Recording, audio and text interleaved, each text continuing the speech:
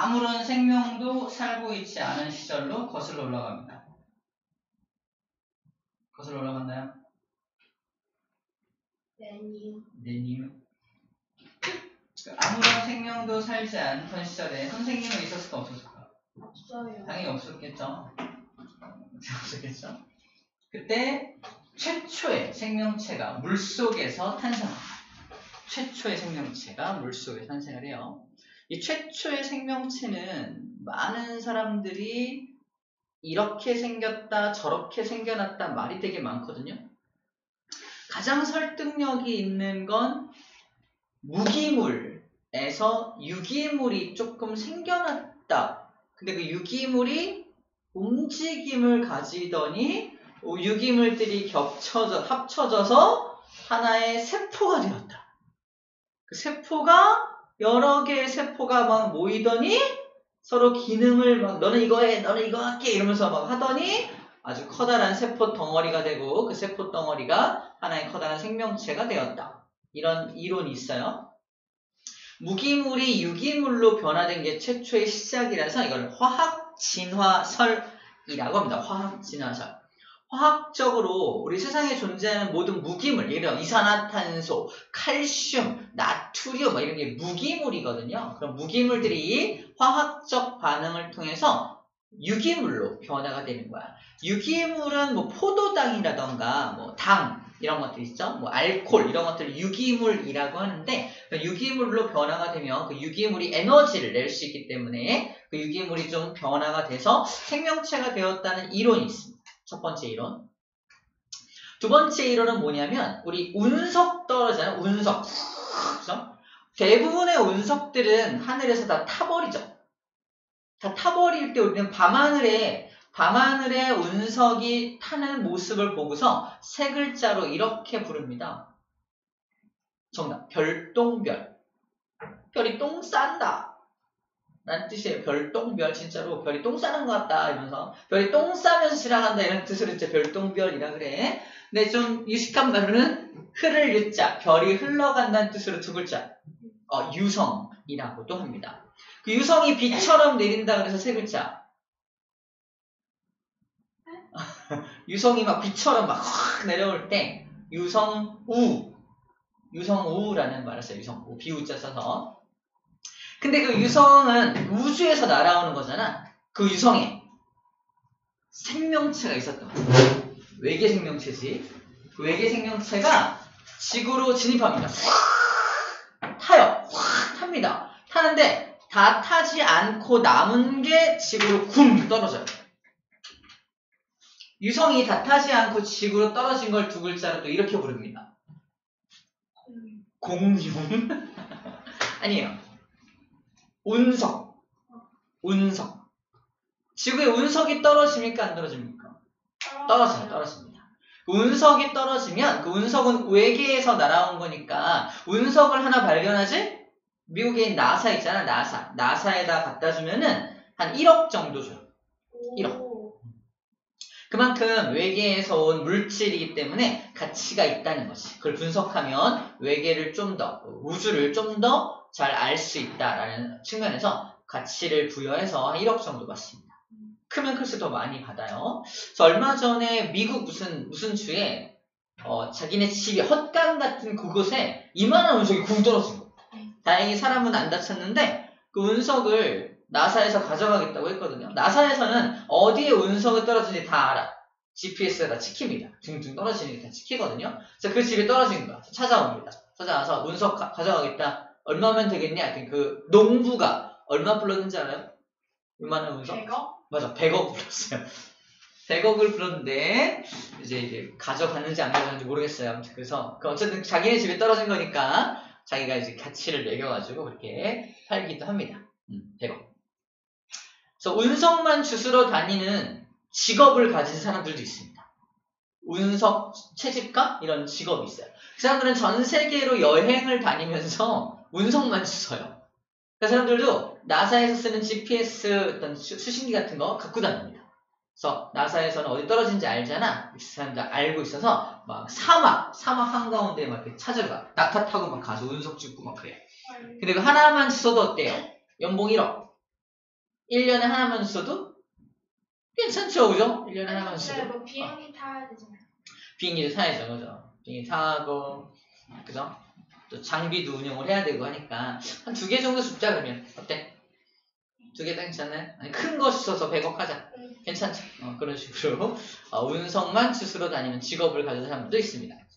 등등 어쨌거나 쌤이 말하는 건 그 운석이 외계에서 날아온 거니까 외계에 생명체가 있다라는 전제하에 우리 지구에는 지금 현재 다시 돌아갈게. 생명체가 하나도 없는 상태야 현재는. 그런데 외계에서 운석이 확 들어오더니 쿵 떨어져.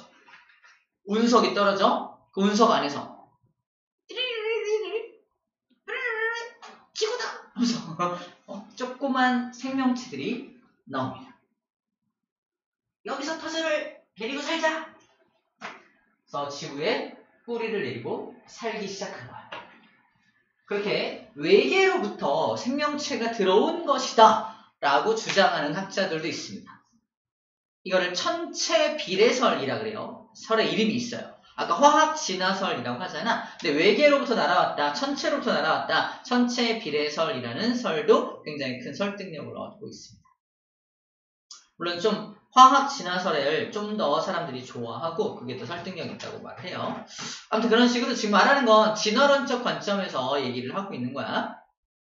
자, 그래서 그 2가지 설을 가지고 생물체가 생겨나기 시작했다. 이게 지구에 생명체가 생겨나기 시작한 것들이에요. 지금 보여주는 그게 뭐냐면 그렇다면 그렇게 시작된 지구의 생명체들은 현재 어떤 생물들이 살고 있을까를 보고 있는 겁니다.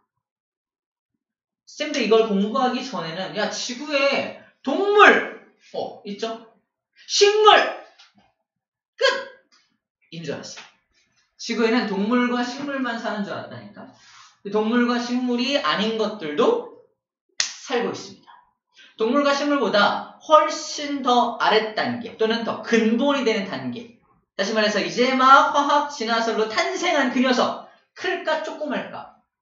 되게 조그맣겠죠? 굉장히 작은 단계 또는 세포 하나 또는 세포와 비슷한 어떤 구조물 하나 그리고 되게 조그만 것부터 시작할 거 아니야? 굉장히 작은 생명체들을 모아서 뭐라고 하냐? 세균이라고. 세균. 그 세균은 원핵생물이라고 해요. 봐봐, 원핵이 뭐냐면 아주 원시적인 핵을 가진 생명체들을 원핵생물이라고 합니다. 원시적인 핵. 원시적이라는 게 굉장히 하등한 이 뜻이죠? 원시적인 핵을 가진 것들을 원핵생물이라고 합니다. 원핵생물계. 자, 원핵생물. 자, 그런 세균들을 말해요. 세균들이 조금 진화합니다. 진화한다는 건 좀 더 나아지는 거죠. 조금 더 나아져서 원핵생물의 특징이 뭐냐면 원시적인 핵을 갖고 있으니까 얘가 세균이야. 안녕 세균. 나는 꼬리도 있지. 움직일 수 있어. 세균이야. 하나의 세포입니다. 한 개의 세포로 되어 있고 얘도 자손을 남기니 안 남기니? 남기잖아. 남기니까 이 안에 뭐가 들어있냐면 DNA가 들어있습니다.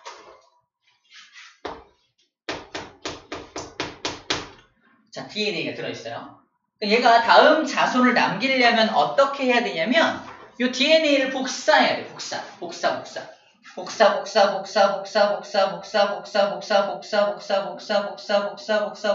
복사한 다음에 바늘봉을 퉁 잘라가지고 반대쪽에다가 복사한 걸 집어넣어서 띄워버려. 두 마리가 되는 거야. 이런 식으로 이제 분열합니다. 그걸 이분법 또는 분열법이라고 해요. 그런 식으로 분열을 해요. 이 방법은 자기랑 똑같은 DNA를 그대로 복사하는 거니까 쌤이 이 방법으로 자식을 낳으면 안타깝게도 다 나랑 똑같은 얼굴 모습을 하고 있는 거야. 안타까워요? 안 안타까워? 안타까워. 고마워요. 안 안타깝죠? 그죠? 안타깝죠? 이 세균들은 모르긴 몰라도 다 모양이 똑같은 모양을 하고 있는 세균들이 쫙 살고 있는 거야. 몸에 세균이 많다. 그럼 세균들이 다 얼굴 모양이 다 똑같은 세균들이 살고 있다고 생각하면 됩니다. 자, 근데 얘는 문제가 뭐냐면 아주 원시적인 핵, 바로 원핵이라고 했죠. 원시적인 핵, 원핵생물입니다. 원핵생물인데 원핵 생물은 핵이 없는 거야. 그래서 이거 복제 합니다. 다시 복제 할 때 얘는 바깥에 세포 내 작은 소기관들도 존재를 해요. 단백질도 만들어야 되고 막 그러니까. 자, 복제 하는데 요 모습에 너 뭐 하고 있어? 하면서 꽝 부딪혀요. 사고 납니다. 복사를 막 정교하게 복사 하고 있는데 미안 꽝 부딪혀요. 약간 이런 느낌이야. 우리가 워드를 막 치고 있는데 갑자기 정전돼. 붐. 끔찍하죠? 그러니까 이런 느낌으로 복사를 열심히 하고 있는데 옆에 소기관이 와서 쾅 부딪혀. 날아갑니다. 다시 처음부터 해야 돼. 아주 원시적인 핵을 갖고 있는 녀석들은 그래서 복사하고 뭔가 자서를 남길 때 어려움을 겪습니다. 이대로라면 더 이상의 진화는 불가능한 상태야. 그래서 얘가 안 되겠어. 이렇게 살 수는 없어. 핵을 만들어야겠어. 그래서 이 안에다가 뭘 만들기 시작하냐면 이렇게 핵을 만들어서 이 안에다가 DNA를 가둬놓는 거야. 이게 바로 우리가 가진 세포의 모습이죠. 기억납니까? 우리가 세포가 있으면 그 안에 핵이 있고 핵 속에 DNA가 들었잖아. 이렇게 만든 이유가 뭐다? 얘도 복사합니다. 복제 하면서 복사하다가. 하지만 밖에 있는 소리가 야 부셔! 쿵! 핵막에 부딪혀서 안쪽에서 복사하는 걸 방해하지 못합니다. 문제입니다. A 원핵과 얘는 핵을 가지고 있다 그래서 진핵이라 그래. 진핵생물. 진짜 핵을 가진 생물. 문제입니다. 원핵생물과 진핵생물 중에 어떤 게 좀 더 안정적입니까?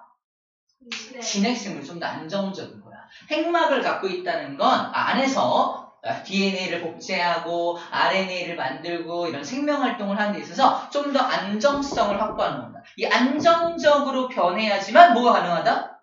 좀 더 높은 단계로 진화가 가능하다라고 생각합니다.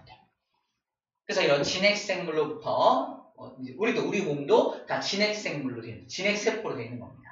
좀 더 발전적인 상태가 되는 거죠. 자, 어쨌든 최초의 생명체는 뭐였다? 원핵생물이었다라는 측면에서 원핵생물계가 등장을 하고요. 그 다음에 이 식물계와 균계와 동물계 얘네들이 전부 다 뭐다? 바로 진핵생물이에요. 진핵생물들입니다. 그래서 원핵에서 진핵으로 이렇게 진화된 거는 우리가 알겠는데 중간 단계가 원생생물이야. 중간 단계가 원생생물입니다. 물론 중간 단계 이 녀석들도 진핵입니다. 진핵입니다. 그러니까 얘네만 원핵이고 나머지 다 진핵을 갖고 있다고 보면 돼. 진짜 핵을 갖고 있다. 자, 근데 원생생물은 여기서부터 봐봐. 원생생물로부터 동물도 균도 식물도 갈라지죠. 저 안에는 그래서 동물의 근원이 되는 작은 단계, 식물의 근원이 되는 작은 단계, 균의 근원이 되는 작은 단계가 다 살고 있는 것을 원생생물이라고 해요. 잘 봐. 원핵생물은 세균을 떠올리면 됩니다. 세균 떠올리면 되고요. 식물하면 뭐가 떠오르면 돼요? 우리가 알고 있는 나무 같은 거, 풀 같은 거, 식물을 떠올리면 돼. 그 식물로 진화하기 전에 식물의 특징은 뭐야? 식물의 특징, 가장 큰 특징. 식물은 뭐 한다? 햇빛을 가지고 광합성을 해야 돼요. 세균이 광합성 하나요? 아니야, 못합니다. 그런데 광합성을 한다. 식물은 광합성은 하지만 움직이진 못하죠.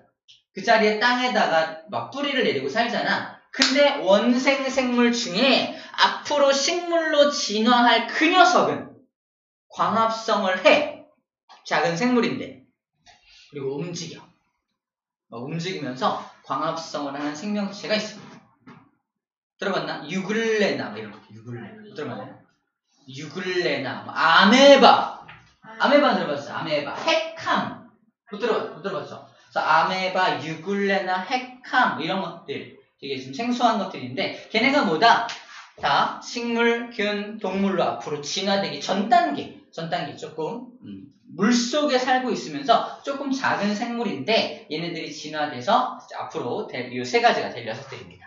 그 중간 단계 세균과 우리가 알고 있는 식물, 균, 동물 중간 단계를 원생생물이라고 불러주고요.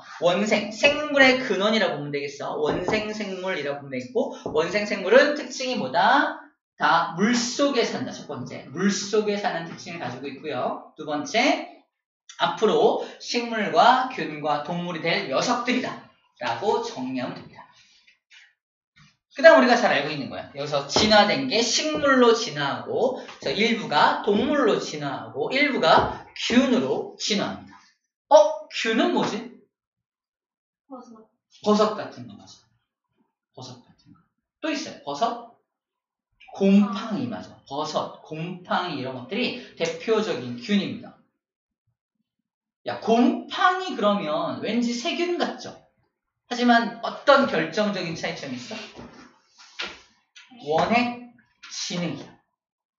곰팡이는 완벽한 핵을 가지고 있습니다. 그래서 잘 죽지 않아. 안정적이야. 곰팡이 안 죽습니다. 잘.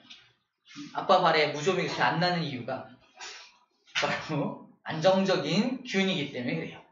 무좀균입니다. 무좀균은 곰팡이 종류예요. 곰팡이 종류. 이 녀석이야. 그리고 버섯도 아주 이런 진핵생물로서 버섯도 안에 핵을 완벽하게 가지고 있는 녀석이야. 버섯도 좀 이렇게 말하면 좀 이상하긴 한데 균은 곰팡이 종류를 균이라고 하거든요. 그래서 버섯도 일종의 뭐다? 일종의 곰팡이다. 이제 먹기 쉽죠. 근데 좀 달라. 길쭉하게 실 모양으로 막 찢어지는 녀석을 이제 이런 버섯이라고 말을 해요. 자, 이런 균계가 있습니다. 자, 이제 이렇게 말할 수 있어요. 세상에 존재하는 모든 생물은 크게 5가지로 나눌 수 있다. 동물, 식물, 균, 그죠? 그 다음에 원생생물, 원핵생물 이런 식으로 나누는 거예요. 원생생물, 원핵생물. 쌤이 옛날에 어땠다고요? 세상의 모든 생물은 동물과 식물인 줄 알았어. 그치? 나한테 물어봅니다. 그때 당시 나한테 세균을 보여줘. 이건 뭐야? 음질이잖아. 동물인가? 이런다고요. 동물이라고 말하면 안 된다는 겁니다. 그죠? 걔는 그냥 원핵 생물이야 라고 말해야 되는 거야. 버섯을 갖다 주고 이건 동물이야 식물이야. 버섯?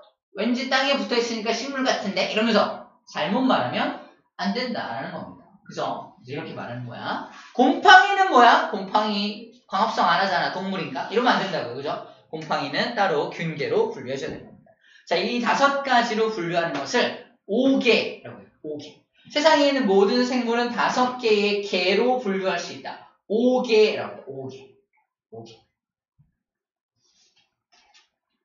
쌤은 옛날에 몇 개의 개만 있는 줄 알았어? 동물계와 식물계만 있는 줄 알았잖아. 하지만 잘못된 겁니다. 5개의 개로 되어 있다라는 거야. 진화 단계 순서대로 기억해 주면 됩니다. 이 그림이 뒤에만 나와 있어서 먼저 보자고 하는 거예요.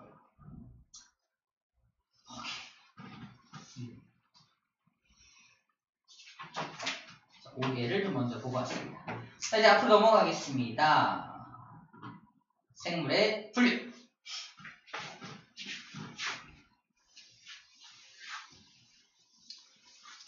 자, 우리는 지금 생물을 5가지로 분류했잖아. 여러 가지 방법으로 분류했는데 먼저 핵이 원시적이냐 아니면 핵막이 있냐를 가지고 먼저 분류했죠.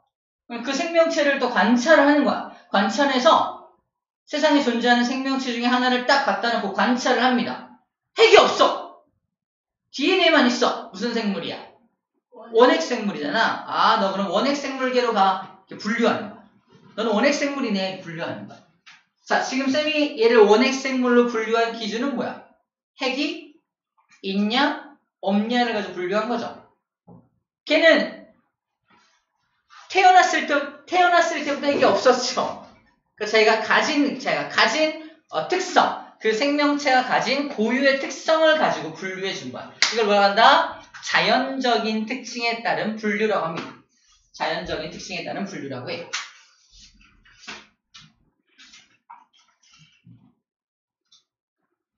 여기 2개의 생명체가 있습니다. 하나는 화분이고요. 하나는 선생님이야. 둘 중에 누가 동물이고 누가 식물이죠? 화분이 식물이고 내가 동물이죠. 그죠? 어떻게 알았지? 광합성. 광합성을 하는 녀석, 광합성을 못하는 녀석. 그죠? 분류할 수 있잖아. 이것도 가지고 있는 자연적인 특징이죠. 이것도 무슨 분류에 속한다? 자연적인 특징에 따른 분류에 속합니다.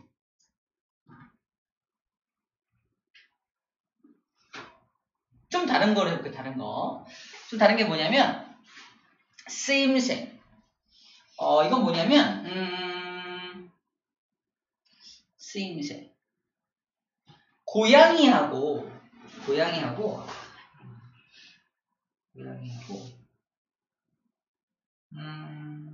적절한 예인지 모르겠는데 고양이하고 곰을 갖다 놓고 분류할 거야. 좀 어떻게 분류하면 좋을까요? 생김새가 다르긴 하죠. 덩치를 엄청 큰 고양이. 곰은 새끼 곰인데 새끼 곰과 큰 고양이 덩치가 비슷해. 어떻게 분류해? 먹는 식성? 맞아. 생활 방식, 울음소리. 그래가지고 분류할 수 있겠죠. 근데 사람들이 어디 딱 관찰하다 보니까 사람들이 얘는 키울만한데 고양이. 얘는 너무 좀 이렇게 되게 습성이 크면 사람을 죽이기도 하고 그러잖아. 못 키우겠는데? 이런 식으로 사람이 키울 수 있는 것과 사람이 키울 수 없는 것으로 분류하기도 합니다. 이건 누가 분류한 거야? 자연적 특징이 아니지. 자연적 특징이 아니라 사람 기준으로 분류한 거죠. 사람, 내가 키울 수 있는 거냐? 내가 키울 수 없는 거냐? 되게 나쁜 건 내가 먹을 수 있는 거냐? 내가 먹을 수 없는 거냐로 분류하기도 합니다. 사람 기준으로 분류하게 돼요. 이게 바로 이거야. 쓰임새, 서식지, 식성 이런 것들을 다 사람 기준으로 분류한 거야. 우리 사자나 호랑이는 육식으로 알고 있잖아. 그지? 그 다음에 코끼리 같은 건 이제 초식으로 알고 있잖아요. 그죠? 얘네가 처음부터 그랬던 건 아닙니다. 처음에 이런 거 본 적 있나? 사슴은 초식이죠. 사슴한테 뱀 주면 어떻게 되나요? 사슴이 뱀 먹는 영상 본 적 있나요? 금방 나와. 얼마 전에 봤습니다. 사슴이 뱀을 막 잡아. 되게 예쁜 사슴이 뱀을 우걱우걱 먹고 있어. 진짜 유튜브에 나옵니다. 뱀 먹는 사슴 쳐봐요. 나옵니다. 무슨 말이냐면 걔네가 초식이라고 우리가 사람이 정하고 육식이라고 사람이 정한 거지 걔네가 초식만 하고 육식만 하는 건 아니에요. 예. 대놓고 둘 다 먹는 애들은 잡식으로 분류하잖아 우리가. 하지만 이런 식성 얘네가 뭘 먹냐에 대한 것도 인간의 편의에 따른 분류라는 겁니다. 초식 동물한테 육식을 줘도 먹어야 안 먹어요? 배고프면 먹어요. 죽지 않으면 먹을 거 아니에요. 배고파 죽겠는데 풀은 없고 내 초식인데 기린이야. 풀은 하나도 없고 맨날 옆에 막 개구리, 두꺼비, 배 막 이런 거 있어. 어떻게 할까? 먹습니다. 어쨌든 먹어요. 걔는 육식이야 초식이야? 초식, 잡식, 중식. 초식으로 사람이 분류해놨지만 실제로 습성은 둘 다 먹을 수 있는 녀석들인 거야.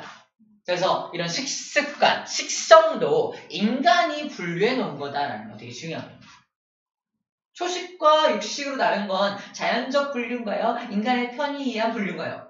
우리 자연적 분류 같은데? 라고 착각할 수 있다는 얘기입니다. 인간이 편의에 따라 분류해놓은 거. 이거 되게 헷갈려요. 그래서 그런 것들을 조심해줘야 됩니다. 이것도 인간의 편의예요. 서식지.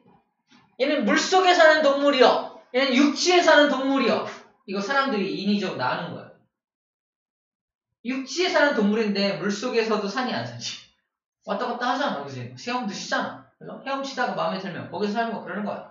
그지? 왔다 갔다 할 수 있거든. 근데 얘는 육상생물입니다. 얘는 수상생물입니다. 이런 식으로 딱 정해놓잖아 사람들이. 그래도 인간의 편의에 따른 분류라는 겁니다. 분류라는 거예요. 또 이건 약으로 쓸 수 있는 식물이야. 이건 먹을 수 있는 식물이야. 이런 식으로 분류하는 것도 다 인간의 편의에 따른 분류라는 겁니다. 자, 이제 자연적인 분류 다시 한번 가볼게요. 자연의 분류. 척추가 있냐 없냐를 가지고 분류합니다. 장어하고 지렁이를 갖다 놓고 분류할 거야. 어떻게 분류하면 좋을까요? 뼈가 있냐 없냐, 그죠? 이 지렁이는 뼈가 없어요. 잡아서 뜯어봐. 미안해.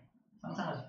나도 안 뜯어봤어. 어찌 뜯어. 아무튼 뼈가 있냐, 그 안에 척추라는 뼈가 있냐 없냐 가지고 분류하는 거야. 그걸 척추 동물이냐 무척추 동물이냐라고 분류합니다. 우리는 척추 동물일까 무척추 동물일까? 척추 동물입니다. 문제입니다.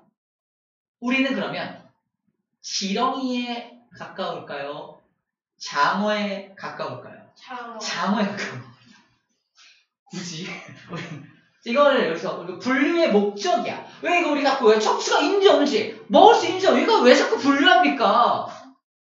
우리 기준으로 그럼 어떤 생물 기준으로 얘랑 누가 가까운지 얘랑 얘랑은 얼마나 먼지 나랑은 장어가 가까운지 지렁이가 가까운지 이걸 밝히는 거야. 이걸 멀고 지렁이랑 멀잖아. 멀고 가까운 관계를 밝힌다고 합니다. 자, 이게 생물 분류의 목적이야. 생물을 분류하는 목적이 뭐다? 생물 간의 멀고 가까운 관계를 밝히기 위한 게 생물을 자꾸 분류하는 목적이라는 겁니다. 이거를 어려운 말로 무리들 간의 인연관계, 유연관계라고 해요.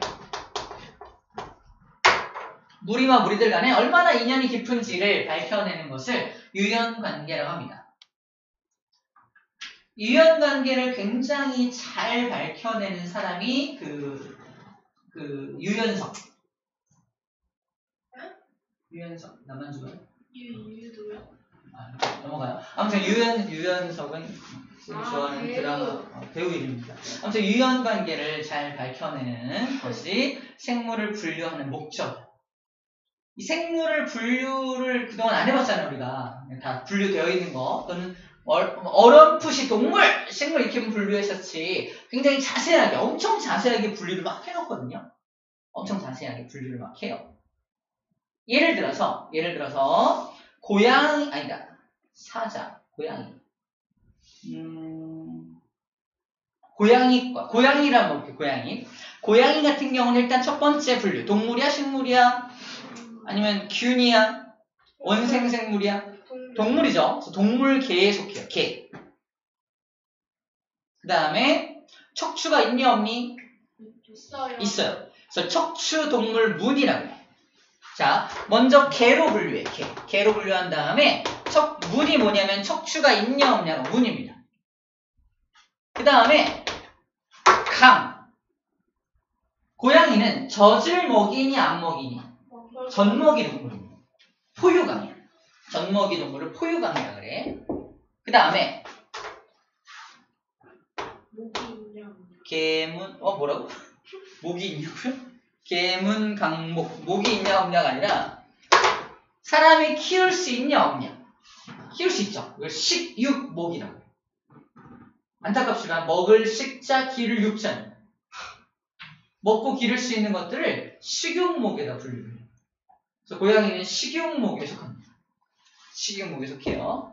그 다음에 분류하는 게 뭐야? 과. 얘는 고양이과에 속해요. 고양이과에 속하고요. 그 다음에 속. 아마 고양이 속에다가 여러 가지 종으로 분류가 될 겁니다. 이런 식으로 분류를 해요. 개문, 강목, 과속종 이렇게 분류합니다. 거꾸로 읽어봐. 종속, 과목, 강문계. 이게 되게 익숙하죠. 한 번쯤 들어봤을 거야. 종속, 과목, 강문계. 이게 생물을 분류하는 단계. 근데 개가 뭐다? 커다란 동물계인지 식물계인지부터 큰 분류부터 해서 작은 단계로 분류해 오는 것이 개문, 강목, 과속종. 거꾸로. 이렇게 둘 다 알 수 있어야 되는 부분인 거예요. 어쨌든 이렇게 여러 가지로 분류하는 기준이 두 가지 기준으로 분류한다. 인위적인 사람의 편의에 의한 분류도 있지만 생물이 가지고 있는 고유한 특징 가지고 분류하기도 한다는 거지. 자, 자연적인 분류, 자연적인 특징에 따른 분류를 먼저 동그라미를 쳐볼게. 바로 자연적인 특징입니다. 동물이냐 식물이냐 자연적인 특징이죠. 빨간색으로 해볼게요. 그 다음에 척추가 있냐 없냐도 어때요? 자연적 특징이죠. 자연적 특징이 척추가 있냐 없냐 자연 특징이야. 왜?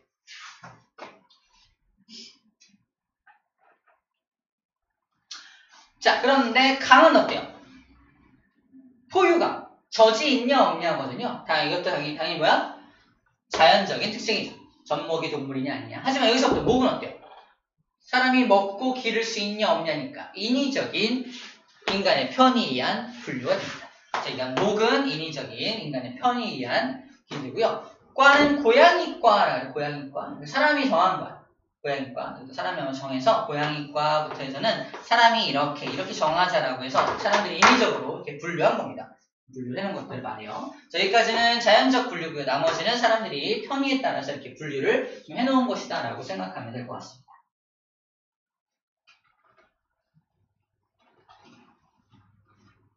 이렇게 분리를 딱 해놓으면 이럴 수 있습니다.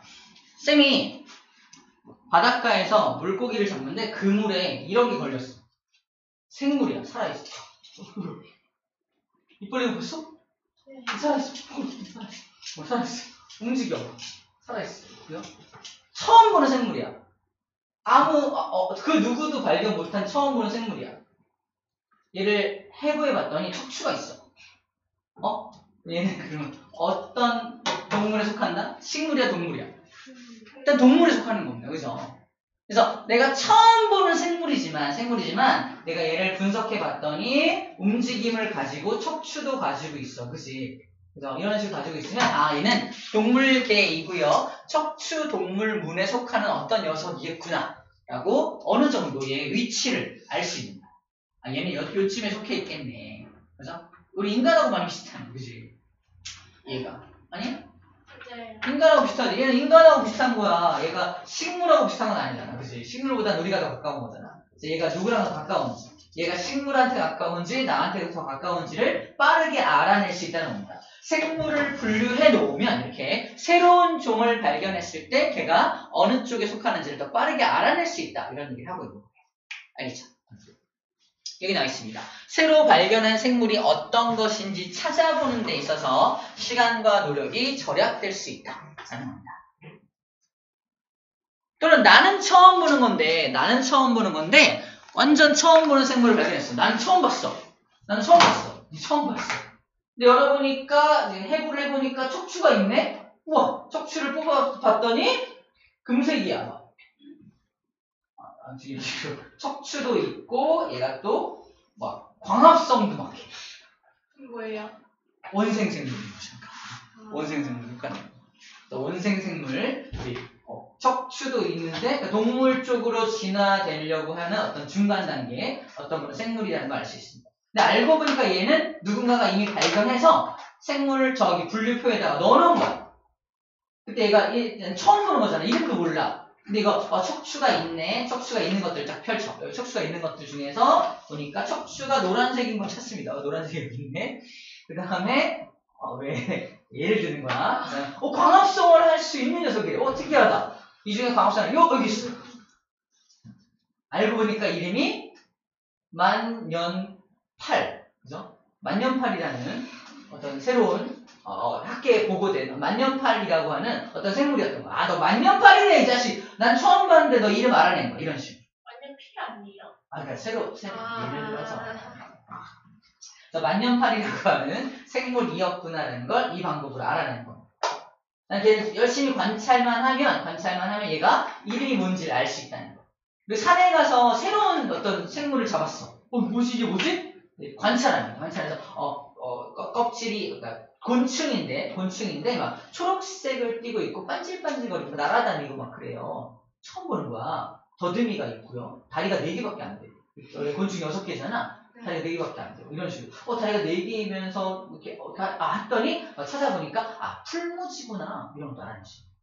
이런 식으로 여러 가지 생물, 처음 발견한 생물이 이름이 뭔지를 알아낼 때 미리 분류해 놓은 표를 이용하면 금방 찾을 수 있다는 얘기를 하는 겁니다. 이런 과정을 동정한다 그래. 동정. 이 생물이 뭔지 이름을 알아내는 과정을 동정한다라고 표현합니다. 선생님이 이제 대학 다닐 때 생명과학을 전공을 했거든요. 생명과학. 그래서 채집을 방학 때마다 채집 가요. 나비 잡고 막 이런 곤충 잡고 막 곤충 잡으면 막 기어 올라오잖아. 그래서 독병이라고 해서 독이 들어있는 병에다 막 집어 그래가지고 갖고 다니고 나쁜 사람들이었어요. 그래서 독병에다 집어넣고 밤에는 나이트 트랩 그래가지고 엄청 큰 불을 팍 켜놓고 펴놓고 거기서 막 나비들 다 모아. 불 따라 막 모이잖아. 여기다 이렇게 천막 같은 거 쳐놓고 그 안에 모인 거 다 잡아가지고 막 또 죽이고 가슴을 누르면 기절해요. 나비들 가슴 이렇게 기절합니다. 기절하면 기절된 상태에서 팔 피고 봤죠? 나비 표본들 그렇게 만든 거야. 몸이 굳기 전에 팔 날개 피고 다리 딱 해갖고 핀으로 고정해가지고 이렇게 말리는 거야. 나쁜 사람들이죠, 그지? 네, 인정. 그래서 나비 표본도 몸이 굳기 전에 이렇게 미리미리 만들어야 돼요. 선택카운터 엄청 많이 만들었네. 그래서 내가 근데 채집을 하다 보면 처음 보는 게 나타나잖아. 처음 보는 것도 이제 책을 막 찾아 이런 식으로 분류된 책을 막 찾으면 이게 이름이 뭐네 금방 알 수 있습니다. 나비도 왜 제비 같은 모양을 한 나비가 있어요. 제비나비. 그 다음에 나비의 이 날개에 막 별처럼 줄무늬가 박힌 것도 있어. 별박이 줄무늬 나비 이런 식으로 이름이 있어요. 애기 세줄나비 이름 되게 예쁘고 무슨 신선나비 되게 이름 되게 날개가 진짜 되게 멋있게 생긴 나비가 있어요. 아무튼 그런 식으로 되게 굉장히 많은 나비 종류도 엄청나게 많고 죽은 시체 옆에만 사는 나비도 있어요. 아무튼 있어요. 그런 이상한 나비들도 있습니다. 그래서 우리가 평상시에는 그러니까 채집을 막 다닐 때는 전혀 보이지 않다가 도시락을 막 꺼내놓고 먹을 때쯤에 나비가 나타나요. 도시락 냄새 맡고 와 되게 예쁘다. 그래서 엄청 아름다운 나비는 꼭 점심때 나타나요. 그런 식으로 우리만의 어떤 게 있었는데 중요한 건 채집 가면 재밌어요. 채집 가서 새로운 종을 발견했을 때 걔가 뭔지를 이걸 미리 분류해 놓은 사람들을 통해서 우리가 알 수 있다라는 걸 하고 있는 거예요. 또 같은 무리에 속하는 생물의 특징을 예상할 수도 있고요. 생물을 체계적으로 연구할 수 있는데도 도움이 될 수가 있겠네요. 자, 이게 생물을 분류하는 겁니다. 생물 분류를 전공으로 하는 생물학자들도 있습니다. 하지만 전공하는 사람들이 많을까 적을까? 많지 않아요. 이유가 뭘까? 귀찮아서 아니에요. 유전을 연구하거나 또는 요즘에 바이오를 가지고 에너지 만들고 이런 것들 되게 각광받고 있고 신소재 개발 이런 것들 되게 각광받고 있고 리튬 이온 배터리 이런 거 되게 유명하잖아요. 유명하고 앞으로 전망도 막 그렇잖아. 근데 생물 분류 어때요? 느낌? 왜 하지? 그렇잖아. 똑같아. 우리 인식과 똑같아. 그래서 얘는 좀 엄밀히 말하면 뭐랄까 좀 안타깝지만 돈을 많이 벌지 못해요. 돈을 많이 벌지 못하는. 그래서 많이 안 해. 사람들이 많이 안 해. 학자들이 많이 안 해서 좀 비인기 종목에 속합니다. 근데 그 비인기 종목이지만 우리가 지금 이렇게 공부하는 이유는 뭐야? 필요성은 있다는 거지. 필요성은 가지고 있지만 이게 꼭 자본주의 또는 어떤 뭐랄까 물질 만능주의 어떤 물질에 대한 것만 돈에 대한 것만 따라가다 보면은 의사를 그렇게 많이 하려고 그러고 판검사하는 이유가 뭐야? 사실 돈을 많이 벌기 때문인 것도 있잖아요, 그죠? 근데 그런 것들이 인기 있고 인기가 없는 것들도 있지만 인기가 없는 것들은 돈이 안 되기 때문인 경우가 많은데 하지만 모든 학문에는 뭐가 있다? 다 필요성을 다 가지고 있다는 거예요. 그래서 우리 생물 분류라는 파트가 사실 오늘 배우고 그 다음에 다시는 배우지 않을 수도 있어 사실. 그러면 아마 이 학교에서 배웠을걸? 배웠잖아. 그 뒤로 한 번도 안 배울 수도 있어. 고등학교 올라가서 안 배울 수도 있거든. 대학교 오면 더 안 배울 수도 있습니다. 하지만 우리가 지금 이걸 배우는 이유는 뭐다? 그만큼의 필요성을 가지고 있기 때문입니다. 이렇게 방금 그 필요성에 대해서 얘기하고 있는 거야. 이런 것들을 알고 있어야 된다라고 얘기하는 겁니다. 나중에 세상에 존재하는 생물이 동물과 식물밖에 없다라고 잘못 알고 있으면 안 되잖아요. 이게 무식한 거잖아. 그치? 그죠? 무식함에서 좀 벗어나야겠죠? 벗어날 수 있게 공부하고 있다 생각하면 되겠습니다. 자, 넘어가 볼게요. 이제 생물 분류 단계로 가봅시다. 아까 쌤이 고양이를 분류했었죠? 고양이. 자, 여기 호랑이를 분류하고 있는데, 자, 안녕 호랑이. 호랑이는 고양이과입니다. 척추가 있죠. 그리고 포유류야, 포유류. 젖먹이 동물입니다. 따라가 볼게요. 자, 호랑이 일단 동물계에 속합니다. 여기죠, 동물계.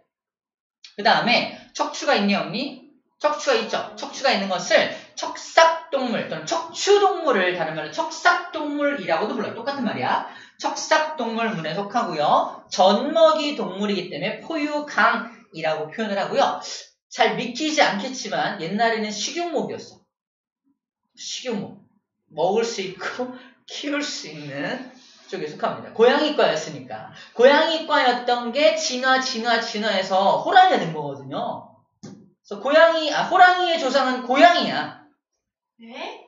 호랑이의 조상은 고양이라고. 사자의 조상도 고양이야. 고양이입니다. 고양이가 진화해서 사자가 되고 호랑이가 된 거라니까. 안 믿기죠? 그죠? 그렇대요. 진화론적으로 그렇대요. 그래서 옛날에는 식용목이었습니다. 자, 고양이과에 속해요. 그래서. 자, 지금 호랑이 보는 중이야. 호랑이는 고양이과에 속한다라는 거고요. 속은 표범 속에 속합니다. 표범 속. 표범 쪽으로 분류된 표범 속에 속하고요. 종으로는 호랑이라는 종에 속하는 거야. 자, 이렇게 하나의 생물을 갖다 놓고 이 여러 가지 종속 과목 강문기에 맞춰서 분류해 놓은 것들입니다.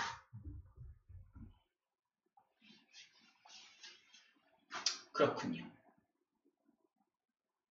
자, 이거는 저번 시간에 얘기했던 건데 못 들은 사람이 있어서 한번 얘기를 할게요.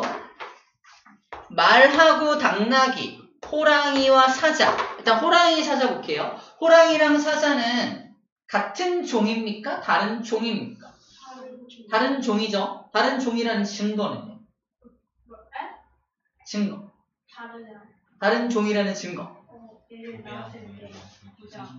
맞아요. 교배를 시켜. 그러면 자식을 낳을 수 있습니다. 사자랑 호랑이가 자식을 낳을 수 있어. 놀라지 말고. 자식을 낳을 수 있어. 근데 안타깝게 그 자식은 약간 그래요. 생식 능력을 가지고 있지 못합니다. 충격받지 마, 중국계. 그런 말로 아무튼 그런데 자식이 생식 능력을 갖지 못해. 부모가 다른 종이야. 그런데 자식이 태어났다. 근데 자식이 생식 능력이 없다. 두 위의 부모는 같은 종이 아닌 거야. 생김새만 가지고 같은 종이다, 다른 종이다를 분류하는 게 아니라고 말하는 거야, 지금. 자, 그래서 종이. 둘 다 고양이였잖아. 고양이였는데 언젠가 사자가 되고 호랑이로 갈라졌죠. 그럼 얘네가 다른 종이 되었다는, 서로 다른 종이 되었다는 결정적인 증거가 보다 얘네들이 낳은 자식이 더 이상 생식 능력이 없을 때 둘은 다른 종으로 바뀐 거야. 갈라진 거야. 이렇게 다른 종으로 갈라졌을 때 우리는 두 글자로 진화했다 라고 표현합니다. 진화가 더 좋게, 더 낫게 변화되는 게 진화가 아니야. 진화가 뭐다? 새로운 종이 하나 땅 탄생하면 진화했다라고 말하는 거야. 진화했다라고 말하는 거야. 우리 알고 있습니다. 호랑이랑 사자랑 결혼해서 낳은 자식 이름도 알고 있어요. 라이거. 들어봤어, 안 들어봤어? 들어봤잖아. 근데 라이거는 안타깝게 보다 자식을 못 낳습니다. 그래서 자연 상태에서는 사자랑 호랑이가 결혼할 이유가 있어, 없어? 없잖아. 근데 어떻게 라이거 태어나지? 동물원에서 인공적으로 만든 거야. 나쁘죠? 사람들 좀 나빠요, 그죠? 저 라이거를 만들어 놓고 제가 막 사파리 같은 거 하면 막 제가 우리 동물원에서 자라가는 라이거입니다. 이렇게 자랑하잖아요, 그지? 인공적으로 만들었는데 안타깝게는 자식을 낳지 못한다라는 거죠. 그래서 아빠가 사자면 라이거야. 근데 아빠가 호랑이고 엄마가 사자일 수도 있잖아. 그럼 타이곤이라. 그러면 타이곤도 인공적으로 만들 수 있습니다. 하지만 타이곤도 생식력은 갖지 못해요. 또 들어봤을 거야. 말과 당나귀는 같은 종이야, 다른 종이야? 다른 종이거든. 하지만 이것도 인공적으로 사람들이 자식을 낳게 할 수 있어요. 얘는 되게 조그맣게 태어나. 근데 힘이 말처럼 엄청 세. 그래서 짐을 나르게 하는데 엄청 잘 이용합니다. 말은 엄청 크잖아. 쌩 같은 사람 못 타. 너무 높아. 그렇죠? 하지만 걔는 요만한 녀석이라서 타기도 쉽고요. 짐도 엄청 막 날라. 양. 이게 양이라고? 아니에요. 들어봤을 거예요. 노새. 아, 노새. 노새가 그렇게 만들어낸 녀석입니다. 노새. 아빠가 일단 암말. 암컷 말과 수탉나기. 암컷 말과 수탉나기가 만난 게 노새. 그 다음에 수컷 말과 암탉나기가 만난 것도 있겠죠. 이름은 못 들어봤을 텐데 이걸 버새라고 해요. 한쪽은 놀고 한쪽은 벌어요. 노새, 버새. 아무튼 이렇게 이름 암기법이야. 이쪽은 노새라고 하고 이쪽은 버새라고 하고요. 아까 호랑이 사자는 라이거, 타이건. 앞에 라이언, 타이건, 라이언, 타이거 이거 앞글자 따서 하는 거죠? 그죠? 저번에 했었나? 사자가 운전하고 막 가다가 호랑이를 만난 거야. 그죠? 아니, 이거 거꾸로인가? 거꾸로다. 미안해. 호랑이가 운전을 막 하다가 사자가 막 열심히 막 뛰어가니까 사자한테 그러 야! 타이거! 에? 타이거. 아, 또 하니까 재미없죠. 아무튼 그래서, 넘어갈게요. 미안해요. 사과할게요. 그래서 그런 식으로 생물이 분류가 되면 더 이상 생식 능력을 가진 자식을 낳지 못한다라는 겁니다. 그래서 이런 말도 했을까? 그래서 불독하고 시추인가요? 그죠? 불독과 시추, 치와와 결혼하면 자식을 낳을까 못 낳을까? 낳을 수 있습니다. 불독, 그렇죠? 치와와 이렇게 결혼시켜요. 자식을 낳아요. 그 자식은 생식 능력이 있다 없다? 없다. 있다. 있다? 있다. 와이? 있어요. 강아지니까요? 아니 그러니까 아니, 왜 있어요? 불독하고 치와와는 다른 종이 아니. 아니라는 거야. 그럼 뭐예요? 같은 종이야. 근데 왜 생김새가 달라요? 우리도 생김새 다르잖아. 우리 같은 종이야 다른 종이야. 같은 종이야. 네. 같은 종이지만 유전자 차이가 좀 커서 아직은 분류가 안 된 거지. 걔네도 언젠가 분류가 될 겁니다만 아직은 새로운 종으로 분류가 안 됐다는 신고야. 이해돼요? 그 생김새가 누적되다 보면은 언젠간 갈라질 수 있겠죠. 하지만 아직은 진화가 안 된 거야, 걔들이. 이해돼요? 네. 진화가 뭐였어? 아까 새로운 종이 탄생했을 때 진화했다고 하잖아. 그래서 걔들도 지금 진화를 향해 가고 있는 거야. 언젠간 더 이상 생식 능력을 가진 자식을 낳지 못하게 되겠지, 언젠가는. 그때 우리는 진화했다 라고 말할 수 있어. 지금은 아직 진화한 게 아닌 거지. 이해되죠? 진화의 내용입니다. 네. 근데 얘는 왜 치와와라고 부르고 얘는 왜 불독이라 부르냐? 사람들이 그냥 인공적으로 이름 붙여놓은 거야. 인위적으로. 실제로 자연적으로 분류된 게 아니라는 겁니다. 그래서 이거를 품종이라 품종. 자연에서는 품종을 인정하지 않아. 자연은 품종은 인정하지 않고 종을 인정하고 각각의 종만 인정하는데 사람들이 인공적으로 품종도 막 만들고 우리도 백인종, 흑인종, 황인종 있잖아. 인종도 막 나누고 한 거야. 사람들이 인위적으로. 자연적으로 봤을 때 우리는 다 사람이라는 한 종입니다. 근데 사람들이 인공적으로 이제 세 개의 종, 황인종, 백인종, 흑인종으로 나눠놓은 것뿐이 있어요. 그래서 인종, 품종 이런 것들은 전부 다 보다 생물학적인 종은 아니다라고 말하고 있는 겁니다. 이해할 수 있겠죠? 오케이, 좋습니다. 여기까지를 했어요. 우리 잠깐만 쉬었다가 이제 생물의 5배 정리를 좀 할게요. 잠깐만 쉬었다 할게요. 2번까지 했습니다.